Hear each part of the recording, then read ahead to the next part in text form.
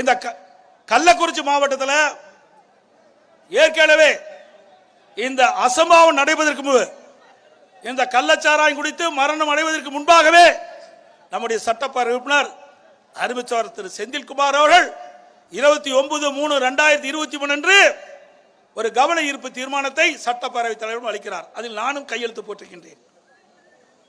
இப்படி கள்ளக்குறிச்சி மாவட்டத்தில் பல ஊராட்சி ஒன்றியங்களில் சர்வசாதாரணமாக போதைப் பொருள் விற்பனை நடக்கிறது, கள்ளச்சாராய விற்பனை அமோகமாக நடைபெறுகிறது. இதை அரசுடைய கவனத்திற்கு கொண்டு வந்து விவாதிக்க வேண்டும் என்று என்னை கவன ஈர்ப்பு தீர்மானம் கொடுக்கிறார். கிடப்புல போட்டாங்க. அப்போது இந்த கவன ஈர்ப்பு தீர்மானத்தை எடுத்து அவையிலே விசாரிக்கப்பட்டிருந்தால், அவை நடவடிக்கைக்கு கொண்டு வந்திருந்தால், மக்களுக்கு இப்படிப்பட்ட விலை மதிக்க முடியாத உயிரை நாம் இழந்திருக்க மாட்டோம். எவ்வளவு 153 பேர் சிகிச்சை பெறக்கூடிய நிலை ஏற்பட்டிருக்காது. அதையும் இந்த அரசு செயல்படுத்தவில்லை.